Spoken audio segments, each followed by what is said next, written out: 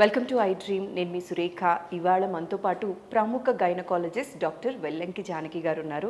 వారితో మాట్లాడి చాలా విషయాలు తెలుసుకుందాం, చాలా కన్ఫ్యూజన్స్కి చెక్ పెడుతూ మనందరం హెల్తీగా ఉందాం. ముఖ్యంగా ఆడవాళ్ళ కోసం, అమ్మాయిల కోసం స్పెషల్గా చేస్తున్న ఎపిసోడ్ ఇది. మీరందరూ లాస్ట్ వరకు చూసి తెలుసుకోవాల్సిన విషయాలన్నీ కూడా మీకు ఈ వీడియో ద్వారా కన్వే చేయిస్తాను. Let's start our show. నమస్కారం మేడం. నమస్తే అమ్మా. ఎలా ఉన్నారు? బాగున్నా తల్లి. మేడం, చాలామంది ఆడవారిలో కానీ అమ్మాయిల్లో కానీ చాలా కన్ఫ్యూజన్స్ ఉంటాయండి. అయితే గైనకాలజిస్ట్ని కలవాలి అంటే ఏదైనా మేజర్ ఇష్యూ జరిగినప్పుడు తప్ప మిగతా అప్పుడు రారండి. గైనకాలజిస్ట్ అంటే ఎప్పుడు వెళ్ళాలి అనుకుంటారు అంటే గర్భంతో ఉన్నప్పుడు, లేదు అంటే కడుపులో గడ్డలేదన్నా ఫామ్ అయినప్పుడు తప్ప మిగతా వాటికి గైనకాలజిస్ట్ దగ్గరికి ఎందుకు వెళ్ళాలి? పెళ్ళి కాని అమ్మాయిల్లో సమస్యలు ఉన్నా కూడా ఆలోచిస్తున్నారు గైనిక్ దగ్గరికి వెళ్ళాలి అంటే. అలానే చాలామంది చాలా సమస్యలతో బాధపడుతూ మేము చేస్తున్నటువంటి షోస్ కింద వచ్చే కమెంట్స్ని మీ ద్వారా అడ్రస్ చేయించాలి అనుకుంటున్నానండి. మీరైతే మీరైతే ఏవైనా కూడా షార్ట్గా స్వీట్గా అర్థమయ్యేలా చెప్తారు. అందుకే మీరు రైట్ పర్సన్ అనుకొని ఈ కొత్త ప్రయత్నం అనేది చేస్తున్నామండి. So all the very best. Thank you so much. So చాలా వరకు ఉన్న కమెంట్స్లో ఎక్కువగా వినిపించింది ఏంటి అంటే, పీరియడ్స్ టైంలో పెయిన్ బేర్ చేయలేక టాబ్లెట్స్ తీసుకుంటూ వస్తూ ఉన్నాం. ఇంట్లో వాళ్ళందరూ కూడా తిడుతున్నారండి ఈ విషయం పైన. ఎందుకు ఇలా ఎక్కువ తీసుకుంటున్నావు? కిడ్నీ ఇష్యూస్ వస్తాయి, ఇలా చేయకూడదు, పెళ్లి కాక ముందు పీరియడ్స్ టైంలో టాబ్లెట్స్ తీసుకోవటం అనేది చాలా తప్పు అని తిడుతున్నారు. సో యాజ్ ఏ గైనకాలజిస్ట్గా మీరేమంటారు? ఒకప్పుడు అమ్మ ఎట్లా ఉండేదంటే, మా చిన్నప్పుడు ఎప్పుడు 50 ఏళ్ల క్రితం అనుకోండి, అప్పుడు ఎలా ఉండేదంటే ఫ్యామిలీ డాక్టర్ అనే కాన్సెప్ట్ ఉండేది. తల్లి వెంట పిల్లలు కూడా వెళ్ళి చూపించుకునేవాళ్ళు. అప్పుడు ఈ పిల్లని చూసి ఏమో బాగుందా లేదా అని ఏదో ఒకటి తనే డెలివరీ చేసిన గైనకాలజిస్టు తల నిమిరి అమ్మ నీకు ఈ సమస్య ఉందా అని మాట్లాడి వెళ్ళి చూపించుకునేవారు. ఇప్పుడు ఆ ఫ్యామిలీ డాక్టర్ కాన్సెప్ట్స్ లేవు. ఇది అంతా కూడా చాలా ఫాస్ట్ యుగం. ఎప్పుడు ఎవరు ఉద్యోగాలతో ఎక్కడికి వెళ్తారో తెలీదు. సో ఇది ఒక గ్లోబలైజేషన్ కారణంగా, ఎడ్యుకేషన్ పెరిగిన కారణంగా చాలా రకాలైన ఇష్యూస్ ఉన్నాయమ్మ. కానీ ఇక్కడ వాళ్ళు తిట్టేది ఒక రకంగా మంచిదే. తల్లి తన బిడ్డ ఏమి తెలియకుండా టాబ్లెట్లే మింగేస్తుంటే కరెక్ట్ కాదు. కానీ ముందు డయాగ్నోస్ చేసుకోవాలి. ఏదైనా ఒకసారి పెయిన్ వచ్చినప్పుడు ఒక డాక్టర్ దగ్గరికి వెళ్ళి చిన్న అల్ట్రాసౌండ్ చేయించుకోవాలి. ఓకే, ఫ్రీక్వెంట్గా కనుక పెయిన్ వస్తూ ఉంటే అల్ట్రాసౌండ్ అనేది మినిమం అది. ఎందుకంటే ఒక్కొక్కసారి సర్ప్రైజింగ్గా క్యాన్సర్స్ ఆ ఏజ్ గ్రూప్లో కూడా బయటపడతాయి. ఓకే. సో ఎలా తెలుస్తుంది? ఒక చిన్న టెస్ట్, చాలా మినిమం మనీతో ఒక అల్ట్రాసౌండ్ చేస్తే లోపల ఏమైనా సమస్య ఉంటే తెలుస్తుంది. 2, ఎండోమెట్రోసిస్. నీకు చిన్న నొప్పి అయితే అన్ని ట్యాబ్లెట్లు ఏం పట్టవు. చిన్న విషయం అయితే ఒక ట్యాబ్లెట్ వేసుకుని పోతుంటే అంత వరి అవసరంలా. కానీ ముందు డయాగ్నోస్ చేసుకోవాలి. ఇప్పుడు అమ్మాయిలు చాలా చలాకీగా ఉన్నారు. వాళ్ళు they know everything, they read a lot. ఇప్పుడు ప్రతి ఒక్కళ్ళకి పీసీఓడి అనే భయం పట్టుకుంది. సో చాలా ఫ్రీక్వెంట్గా నన్నైతే కలుస్తూ ఉంటారు ఈ సమస్య మీద.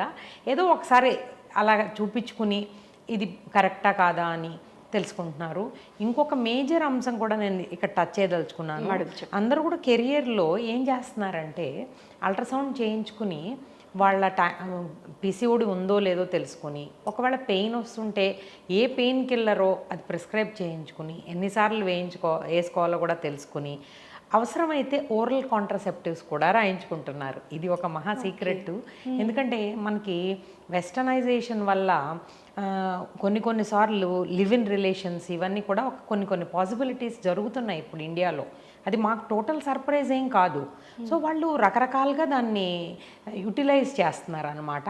బట్ నేను సజెస్ట్ చేసేది ఏంటంటే, ఒక అమ్మాయికి ఇదివరకు ఎప్పుడూ లేకుండా సడన్గా పెయిన్ స్టార్ట్ అయితే ఒక్కసారి డాక్టర్ దగ్గరికి వెళ్ళి ఒక చిన్న అల్ట్రాసౌండ్ చేయించుకుంటే ఆ డాక్టర్ సునిశ్చితంగా పరిశీలించి ఏ ప్రాబ్లము లేదని చెప్తే 2 ట్యాబ్లెట్స్ ఒకసారి వేసుకున్నారనుకోండి, ఆ నెక్స్ట్ సైకిల్లో 1 ట్యాబ్లెట్కి వచ్చేస్తారు. ఎందుకంటే ప్రోస్టాగ్లాండిన్స్ అనేవి రిలీజ్ అవుతాయి. ప్రతి వాళ్ళకి మెన్స్ట్రువల్ టైంలో కొన్ని రిలీజ్ అవుతాయి సబ్స్టెన్సెస్, ముఖ్యంగా ప్రోస్టాగ్లాండిన్స్. వాటిల్లో కొన్ని పదార్థాలు పెయిన్ కాజ్ చేస్తాయి. ఆ పెయిన్ కాజ్ చేసేవి మనం ఏమి ఇస్తున్నాం, డ్రగ్ ప్రోస్టాగ్లాండిన్ ఇన్హిబిటార్ ఇస్తున్నాం. వాళ్ళేం గుప్పుడు మందులు ఏం వేసుకోరు, ఒక ట్యాబ్లెట్ వేసుకుంటారు అన్బేరబుల్ అయితే. కానీ అన్బేరబుల్కి కాజ్ తెలుసుకోమని మాత్రమే నేను సూచిస్తున్నాను. ఓకే. అన్బేరబుల్ పెయిన్ ఎప్పుడైతే మీకు ఉంటుందో అలాంటప్పుడు మాత్రం ఒక్కసారి గైనిక్ని కలిసి అల్ట్రాసౌండ్ ఏదైనా చేయించుకొని ఎగ్జాక్ట్గా ప్రాబ్లం ఏదో తెలుసుకున్న తరువాత గైనకాలజిస్ట్ సజెస్ట్ చేసిన టాబ్లెట్స్ యూస్ చేస్తే మంచిది అని మేడం చెప్తున్నారండి. మేడం, ఇంకా ఎక్కువ వచ్చిన క్వశ్చన్స్ ఏంటి అంటే, నాకు మ్యారేజ్ అయ్యిందండి. మ్యారేజ్ తర్వాత 1 year వరకు పిల్లల్ని వద్దనుకుంటున్నాం. సో ఇంట్లో వాళ్ళేమో లూప్ వేయించుకోమంటున్నారు, మేమేమో కాంట్రాసెప్టివ్ పిల్స్ వాడదాం అనుకుంటున్నాము. ఇక్కడ 2 కన్ఫ్యూజన్స్ ఉన్నాయండి. లూప్ వేసుకోవటం బెటర్ అంటారా, కాంట్రాసెప్టివ్ వాడటం బెటర్ అంటారా అనేది కూడా చాలామంది అడిగిన కమెంట్ అండి. చాలాసార్లు వచ్చింది ఈ కమెంట్ అయితే మాకు. ఇది చాలా మంచి ప్రశ్న అమ్మా.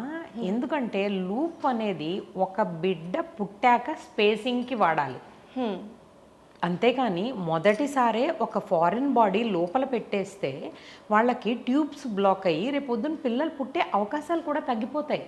ఓకే, అంటే ఫస్ట్ చైల్డ్ పుట్టిన తరువాత సెకండ్ చైల్డ్ కోసం గ్యాప్ కావాలి అనుకున్నప్పుడు లూప్ వాడాలి, అది ఐడియల్. ఓకే, రికమెండేషన్ కూడా అలాగే ఉంది. కానీ ఈ రోజుల్లో చాలామంది వచ్చి అసలు ఏమీ లేకుండానే ఫస్టే లూప్ వేయించేసుకోవడం ఇవన్నీ చేస్తున్నారు. తర్వాత మెరీనా అని ఇంకొక లూప్ ఉంది. అది ఎవరికి 40 సంవత్సరాలు దాటిపోయిన తర్వాత ఫైబ్రాయిడ్స్ కానీ లేకపోతే ఇంకా ఏయుబి అని ఇంకా రకరకాలవి ఉన్నాయమ్మా. అంటే చిన్న చిన్న ఫైబ్రాయిడ్స్ కానీ ఏమైనా ప్రొజెస్ట్రోన్ రిలీజ్ చేస్తుంది, అంటే హార్మోన్ రిలీజింగ్.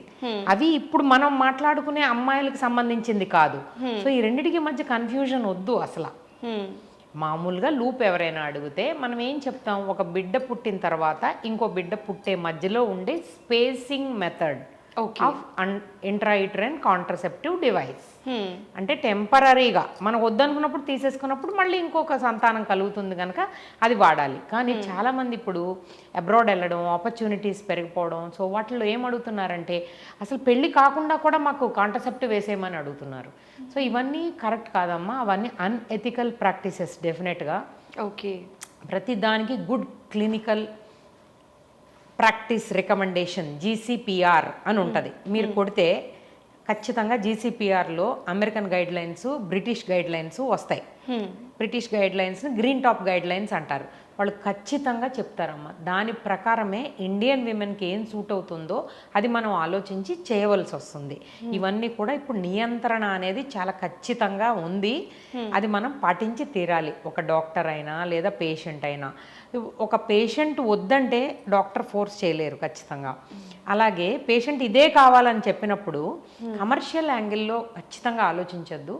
ఆలోచించకుండా డాక్టర్ జెన్యూన్గా ఇది కరెక్టా కాదా, ఇది వస్తే ఈ ప్రాబ్లమ్స్ వస్తాయి అనేది కౌన్సిలింగ్ అయితే ఖచ్చితంగా చేయాలమ్మా. ఓరల్ కాంట్రసెప్టివ్ పిల్స్ ఈ రోజున 40 రకాలు ఉన్నాయి. క్యాటరర్స్ చాయిస్ అంటే ఎన్ని కావాలో అన్ని రకాలు ఉన్నాయి. అవి అంత అన్సేఫ్ కూడా కాదు. నేను ఈ టైంలో నేను మీకు ఒక చాలా మంచి విషయం చెప్పాలనుకుంటున్నాను. ఒకటి, నాన్ హార్మోనల్ కాంట్రసెప్టివ్ పిల్లు మనకి నేషనల్ ఫ్యామిలీ ప్లానింగ్ ప్రోగ్రాంలో ఛాయా అని దొరుకుతుంది.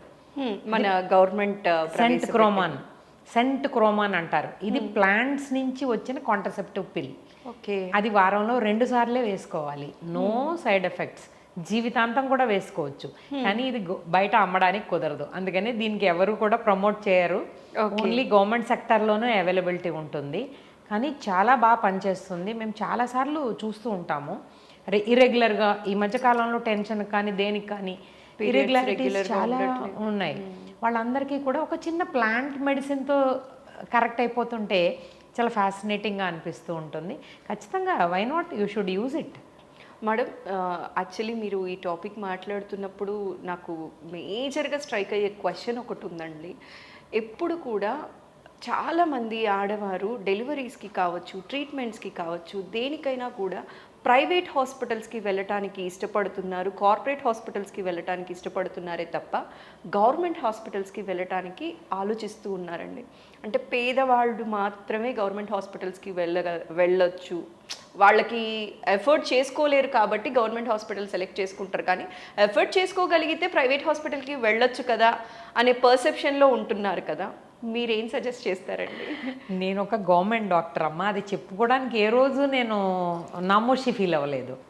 ఎందుకంటే మేము పనిచేస్తుంది ఒక ధర్మాసుపత్రిలోనే. అక్కడికి కేవలం బిలో ద పావర్టీ లైనే రావాలని ఏం లేదు. ఒక డాక్టరు అదే రకమైన ట్రీట్మెంటు, ప్రేమ, ఎక్స్పీరియన్సు ఇవన్నీ ఇచ్చినప్పుడు తప్పకుండా అక్కడ కూడా వస్తారు. కాకపోతే అక్కడ కాంప్రమైజ్ వేటిలో అవ్వాల్సి వస్తుందంటే కామన్ టాయిలెట్స్, విపరీతమైన రద్దీ, ఫెసిలిటీసు. అంటే కార్పొరేట్లో ఇచ్చిన విధంగా ఏసీలు కానీ లేకపోతే ఫెసిలిటీస్ చుట్టుపక్కల ఉన్న ఇన్ఫ్రాస్ట్రక్చర్ కానీ చాలాసార్లు ఉండకపోవచ్చు. దాన్ని అంతటినీ మనం తట్టుకోగలిగితే కనుక ఖచ్చితంగా గవర్నమెంట్ సెక్టరు ఈ రోజున ఏదీ తక్కువగా లేదు. ఒకప్పుడైతే ఇన్ఫ్రాస్ట్రక్చర్ లేదు, ఫెసిలిటీస్ లేవు, లేకపోతే డాక్టరే లేడు, ఇలా ఉండేది. కానీ ఇప్పుడు చాలా వరకు అవన్నీ కూడా చాలా మారాయి. పరిస్థితులు చాలా వరకు మారాయమ్మ. దాన్ని కూడా అందరూ కూడా దృష్టిలో పెట్టుకోవాలి. తప్పకుండా ఒక డాక్టర్ గారు మీకు నమ్మకం కలిగింది, వాళ్ళు ఖచ్చితంగా బాగా చేస్తున్నారు అన్నప్పుడు గవర్నమెంట్ సెక్టర్కి వెళ్లకుండా ఉండవలసిన అవసరం ఏమీ లేదు. ఖచ్చితంగా అక్కడ ఫెసిలిటీస్ అవి ఉన్నాయి, దొరుకుతున్నాయి అంటే వెళ్ళి తప్పకుండా చేయించుకోవచ్చు. ఈ రోజున ఎంఆర్ఐ ఎంతో ఖరీదైన టెస్ట్ చాలా హాస్పిటల్స్లో ఫ్రీగా ఉంది. అట్లాగే హార్ట్ ట్రాన్స్ప్లాంట్స్ కూడా చాలా గవర్నమెంట్ సెక్టార్స్లో చేస్తున్నారు. రోబోటిక్ సర్జరీస్ గవర్నమెంట్ సెక్టార్స్లో వచ్చినాయి. సో ఇట్లా చాలా రకాలైన ఫెసిలిటీస్ అయితే అందుబాటులోకి వచ్చినాయి. కాకపోతే ఇక్కడ ప్రాబ్లం ఎక్కడంటే టర్న్ ఓవర్. ఉన్నది ఒక మెషిన్ అయితే దానికోసం వచ్చేవాళ్ళు వేలలో ఉంటారు. సో మనకి ఎప్పుడు వస్తుంది ఆ లైన్లో అనేది ఎక్కువగా ప్రభావితం చేస్తున్న ప్రశ్న అమ్మ. తప్పకుండా గవర్నమెంట్ సెక్టార్ని మనము చిన్న చూపు చూడవలసిన అవసరం ఏం లేదు. గవర్నమెంట్ సెక్టార్లో ఉంటుంది. ఫెసిలిటీస్ విషయంలో కాంప్రమైజ్ అవ్వగలిగితే గవర్నమెంట్ సెక్టర్ కావాలి. లేదు నేను బిందాస్గా ఉండాలి, నాకంటూ ఒక రూము, ప్రైవేట్ వాష్రూమ్ ఇవన్నీ కావాలి అనుకున్నప్పుడు కార్పొరేట్ సెలెక్ట్ చేసుకో. And purely their choice. కాకపోతే అనేది పోవాలండి. క్యూ అనేది కూడా ఉంది కదా, క్యూ సిస్టమ్ కూడా ఉంది కదా. సో బైపాస్ చేయడం అనేది అన్నిసార్లు వీలు కాకపోవచ్చు. మనకి తప్పకుండా ఆ డాక్టర్స్ కూడా సేవ చేస్తూనే ఉంటారు. కానీ వాళ్ళ పరిమితి వాళ్ళకు ఉంది. అంటే వాళ్ళు ఒక 10 మందికే రోజు చేయగలరు అనుకోండి, అక్కడ ఒక 1000 మంది వచ్చారనుకోండి, మీరే చెప్పండి ఎలా వాళ్ళు దాన్ని అడ్రస్ చేయగలుగుతారు? మేడం, ఇంకా మాకు రెగ్యులర్గా గైనకాలజిస్ట్తో చేసిన ఇంటర్వ్యూస్ కానీ ఇలాంటి వాటిలో వచ్చే కమెంట్ ఏంటి అంటే వెజైనల్ ఇచ్చింగ్ అనేది ఎక్కువ ఫేస్ చేస్తూ ఉన్నామండి. అయితే ఇది చిన్నదే కదా, డాక్టర్ని కలవటం ఎందుకు, వెళ్ళొచ్చా, లేకపోతే ఏదన్నా మనకి బయట మెడికల్ షాప్స్లో దొరికేటటువంటి ఈ హైజెనిక్ కోసం ఇస్తున్న వాషెస్ కానీ ఇలాంటివి ఏమన్నా తీసుకొని యూజ్ చేయొచ్చు అంటారా, సరిపోతుందా అని అడుగుతున్నారండి. చాలా మంచి ప్రశ్న. అంత సిగ్గుపడవలసిన అవసరం ఏం లేదు. చాలా కామన్గా అమ్మాయిలందరూ కూడా ఇది ఈ రోజున ట్యాంపూన్స్ అని లేకపోతే వెజనల్ ఇన్సర్ట్స్ అని ఇట్లా మ్యారేజ్ కాకుండా కూడా చాలామంది ఇట్లా యూజ్ చేయడము, దానిలో ఇరిటేషన్ రావడము, ఇచ్చింగ్ అని చెప్తూ ఉంటారమ్మా. ఎలర్జీ రావచ్చు, కానీ most common cause of itching ఏంటంటే మొనిలియాసిస్ అంటే క్యాండిడియాసిస్ అంటే ఫంగల్ ఇన్ఫెక్షన్. కామన్ టెర్మినాలజీలో ఫంగల్ ఇన్ఫెక్షన్ వచ్చింది అంటే కనుక దాని ఫస్ట్ సిమ్టమ్ ఇచ్చింగే. ఓకే. సో మేము ఇచ్చింగ్ అని ఎవరు చెప్పినా కూడా వాళ్ళకి ఫంగల్ ఇన్ఫెక్షన్ ఏమైనా వచ్చిందా, ఫంగల్ ఇన్ఫెక్షన్ ఎవరిలో వస్తుందమ్మా, ఎవరికైనా డయాబెటీస్ ఉందా, ఇప్పుడు చిన్న చిన్న పిల్లలకు కూడా డయాబెటీస్ బయటపడుతుంది. ఫస్ట్ సిమ్టమ్ ఇదే అవుతుంది. అలాగే కొన్ని టెస్టులు చేయవలసి వస్తుంది. దానిలో ఒక కాంపోనెంట్ పార్టే ఫాస్టింగ్ బ్లడ్ షుగర్ చేస్తాం ఖచ్చితంగా. ఎవరైనా ఇచ్చింగ్ అంటే అలా వదిలిపెట్టేసేయం మేము. ఓకే. సో వీలైతే టెస్ట్ చేయించుకోవడం మంచిది. సో అది ఒక కారణం. రెండో కారణం ఏంటంటే ఏదైనా ఇమ్యూనిటీ సప్రెస్ అవ్వడానికి ఏదైనా కారణం ఉందా, కొన్ని ఇన్ఫెక్షన్స్ అవి కూడా ఏమైనా ఉన్నాయా. ఇప్పుడు సెక్షువల్లీ ట్రాన్స్మిటెడ్ డిసీజెస్ అన్నీ రావచ్చు. సో వాటిల్లో నుంచి ఏమైనా ఎక్వైర్ చేసి ఉండొచ్చు వీళ్ళు.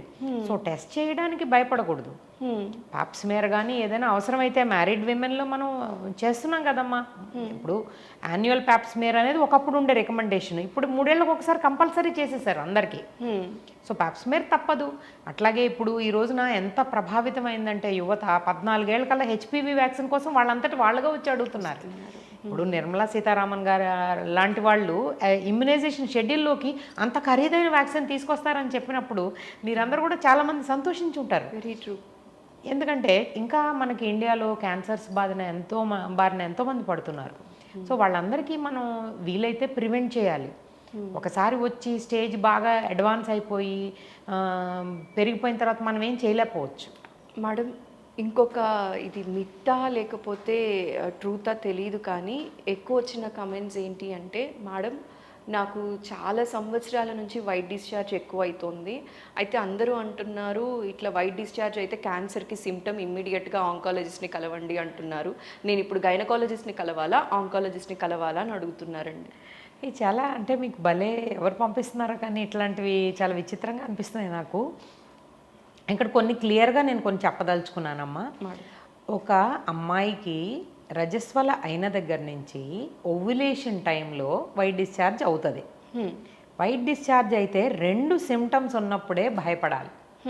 ఒకటి మీరు ఇందాక చెప్పిన ఇచ్చింగ్, రెండోది దుర్వాసన.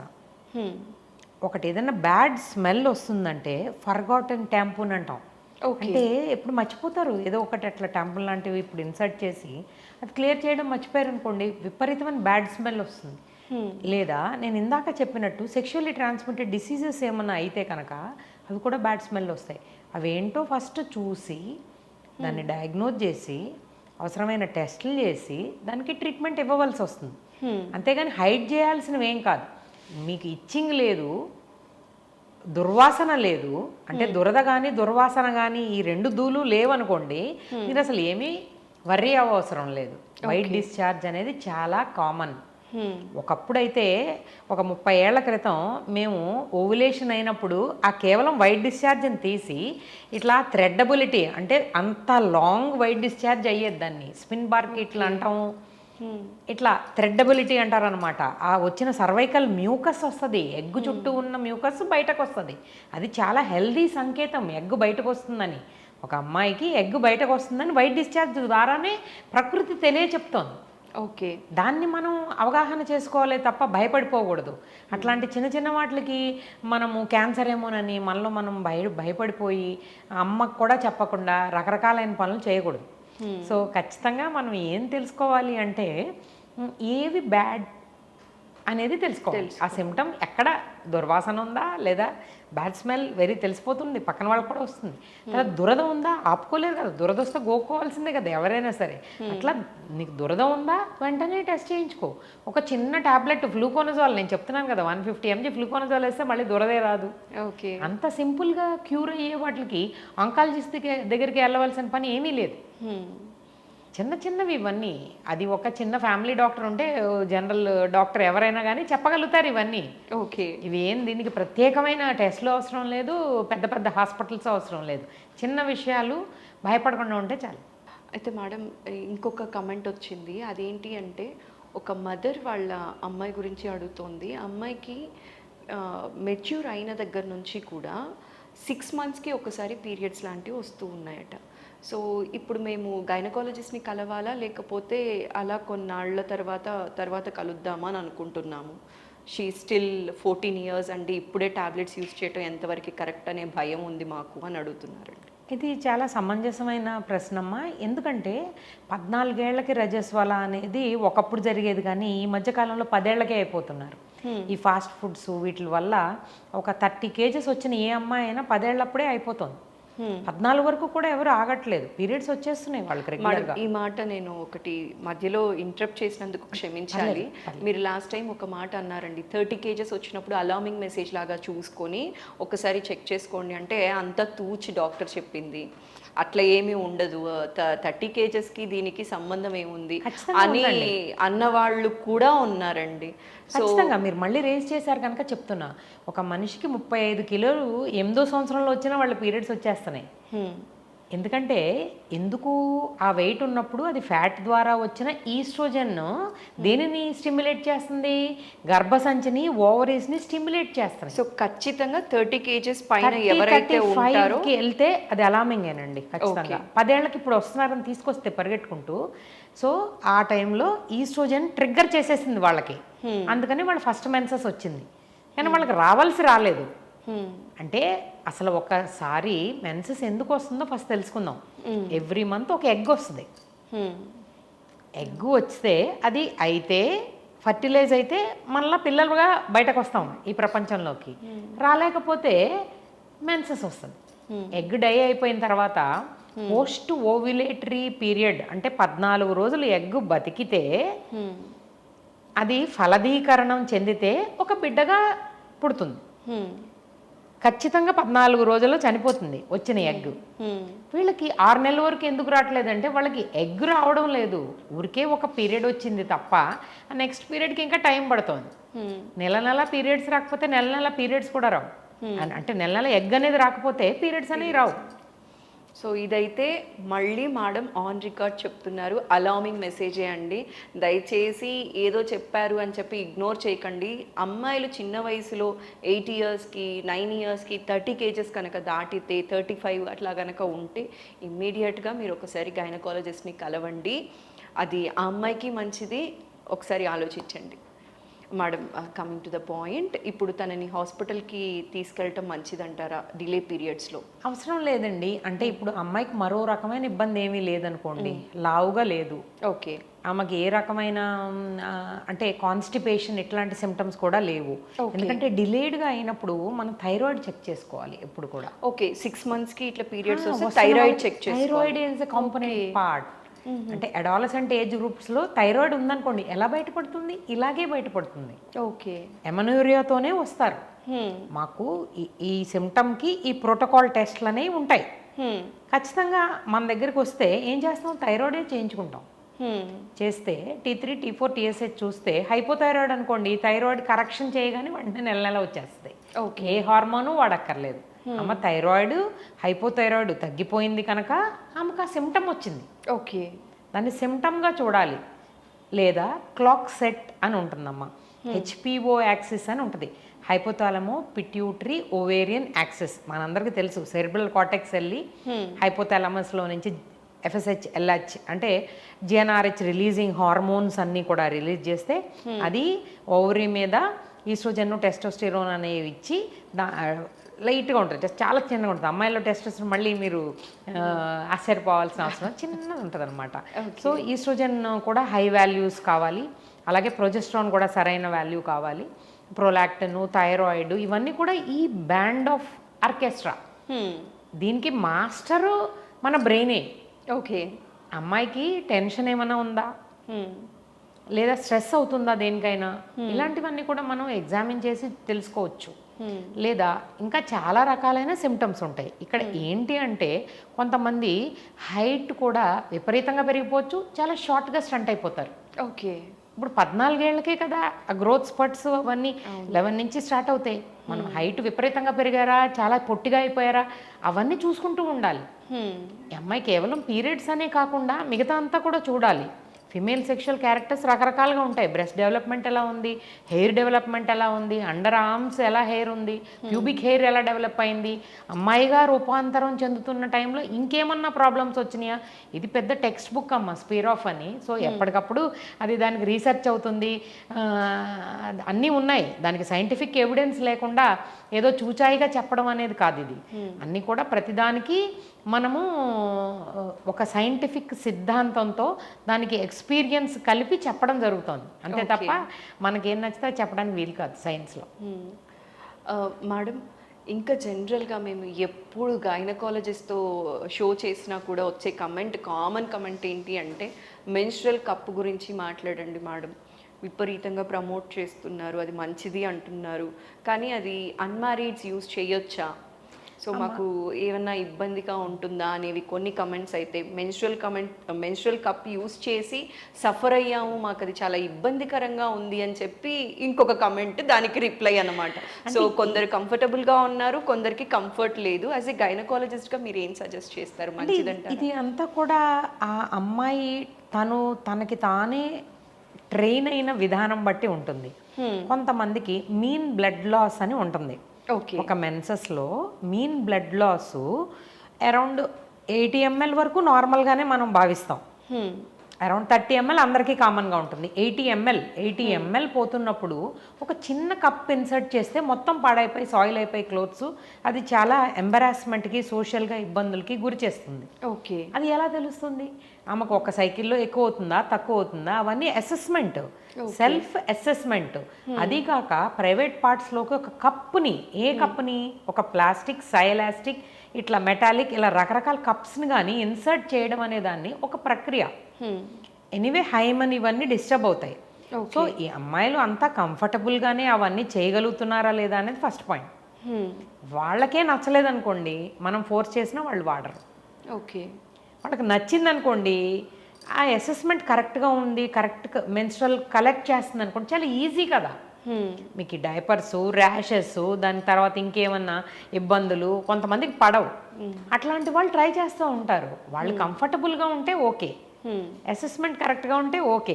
వాళ్ళకి ఎవరైనా చెప్పి వాళ్ళు దాంతో అలవాటు పడి దాన్ని ఎలా ఇన్సర్ట్ చేయాలో తెలుసుకుని తీసి ఎప్పటికప్పుడు శుభ్రం చేసుకుని దాన్ని సరైన ఏసెప్టిక్ పద్ధతుల్లోనే పెట్టుకుని ఇట్లా అంతా చేయగలుగుతుంటే why not? When you can use a gadget which is superior, can do it. కానీ వాడికి అది కంఫర్ట్ లేదనుకోండి, మనం ఏం చెప్పినా వాళ్ళు వినరు.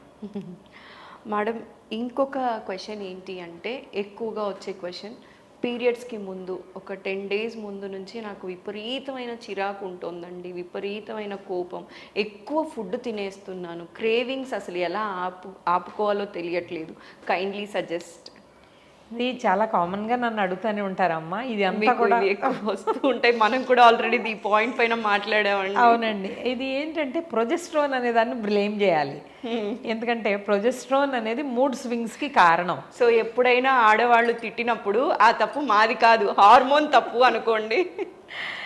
ఎట్లా ఉంటుందంటే first half of the cycle estrogen ఉంటుంది. నేను ఎప్పుడు చెప్తూ ఉంటాను, ఈస్ట్రోజన్ చాలా ఎలివేటెడ్ హైప్లో ఉంటాడు వాడు. ఇప్పుడు మూడ్స్ చాలా బాగుంటాయి అన్నమాట. అన్ని ఎగ్ 14వ రోజు, 28 రోజుల సైకిల్ గురించి మాట్లాడితే 14వ రోజు ఎగ్ రిలీజ్ అయిందని అనుకుందాం. దాని తర్వాత ప్రొజెస్ట్రాన్ ఆటోమేటిక్గా వస్తుంది. అది ఏం చేస్తుంది, ఒక ప్రెగ్నెన్సీని నిలబెట్టేలాగా తయారు చేస్తుంది. అంటే ఏమవుతుంది, మనిషి స్లో అయిపోవడం, అవన్నీ ప్రకృతి ప్రసాదించిన వరాలు. కానీ అది చాలా కాలం ఇప్పుడు పిల్లల్ని కనట్లేదు, కెరియర్ విమెన్ ఎక్కువైపోయారు, ఇవన్నీ వల్ల వాళ్ళు ఏంటి దాన్ని అర్థం చేసుకోలేకపోతున్నారు. ఓకే. సో ప్రొజెస్ట్రాన్ ఉన్నప్పుడు గట్ మొటిలిటీ స్లో అయిపోతుంది. అలా ఉన్నప్పుడు స్టమక్లో ఉన్న యాసిడ్ అక్కడే ఉంటుంది కదా ఎక్కువసేపు, అదే కదా ఆకలి. బాగా ఆకలిస్తుందంటే తినాల్సి వస్తే తింటాం కదా, అదే. అలాగే మూడ్ ఎందుకు చేంజ్ అవుతుంది అంటే ఈ ప్రొజెస్ట్రాన్ అనే దానివల్ల వాటర్ రిటెన్షన్ ఉంటుంది బాగా. సో బ్రెస్ట్ ఎంగార్జ్మెంట్ ఉంటుంది. సో మనం ఇప్పుడు మీరు చెప్పిన అన్ని సిమ్టమ్స్ దానికే సూట్ అవుతున్నాయి. ఆ లేటర్ హాఫ్ ఆఫ్ సైకిల్లో కొంచెం ఇబ్బంది ఉంటుంది. మెన్సెస్ వచ్చి క్లియర్ అయిపోగానే ఓ 2 వారాలు మళ్ళీ ప్రశాంతంగా ఉంటారు. మళ్ళీ ఎగ్ రిలీజ్ అయింది, మళ్ళీ ప్రొజెస్ట్రాన్ తయారైపోయింది. సో దాన్ని హేట్ చేయకోకుండా దాన్ని అర్థం చేసుకోవాలి. ఆ టైంలో కొంచెం సాల్ట్ రెస్ట్రిక్ట్ చేయడం, ఇంట్లోనే హెల్దీ ఫుడ్స్ లాంటివి తీసుకోవడం, బ్యాలెన్స్డ్గా ఉండడం, యోగా చేయడం, ఇట్లా ప్రశాంతతని పెంచుకుంటే ఆ టైంలో మనం ప్రశాంతంగా ఉంటాం, పక్కన వాళ్ళని కూడా ప్రశాంతంగా ఉండనిస్తాం. So thank you so much madam. ఎందుకంటే ఇవి మాకు రెగ్యులర్గా వచ్చే కమెంట్స్, ఆ కమెంట్స్ని చాలా చక్కగా అడ్రస్ చేశారు. సో వ్యూవర్స్ చూస్తున్నారు కదా, మీకు కూడా నెక్స్ట్ టైం మీరు మేడంని ఏమైనా క్వశ్చన్ అడిగి మీ సమస్యకి సమాధానం తెలుసుకోవాలి అనుకుంటే కనుక కింద నాకు కమెంట్ పెట్టండి. నెక్స్ట్ వీక్ మళ్ళీ నేను మేడంతో మాట్లాడినప్పుడు ఆ కమెంట్స్కి మేడంతో సమాధానం చెప్పిస్తాను. And thank you so much madam. ఇలాంటివి we have to speak out అనిపించింది. తప్పకుండా ఇది చాలా, అంటే ఈ కమ్యూనికేషన్ బాగా పెరిగిపోయిన ఈ యుగంలో తప్పకుండా చాలా మందికి చాలా డౌట్లు ఉంటాయి. వాళ్ళ ఐడెంటిటీ తెలియకుండా తెలుసుకోవాలనుకుంటారు వాళ్ళ ప్రాబ్లంకి సొల్యూషన్. ఇది చాలా మంచి ప్లాట్ఫామ్గా నేను భావిస్తున్నాను. తప్పకుండా నా నాలెడ్జి ఎవరికి ఉపయోగపడినా I'm very happy. Thank you so much madam. నమస్కారం. నమస్తే అండి.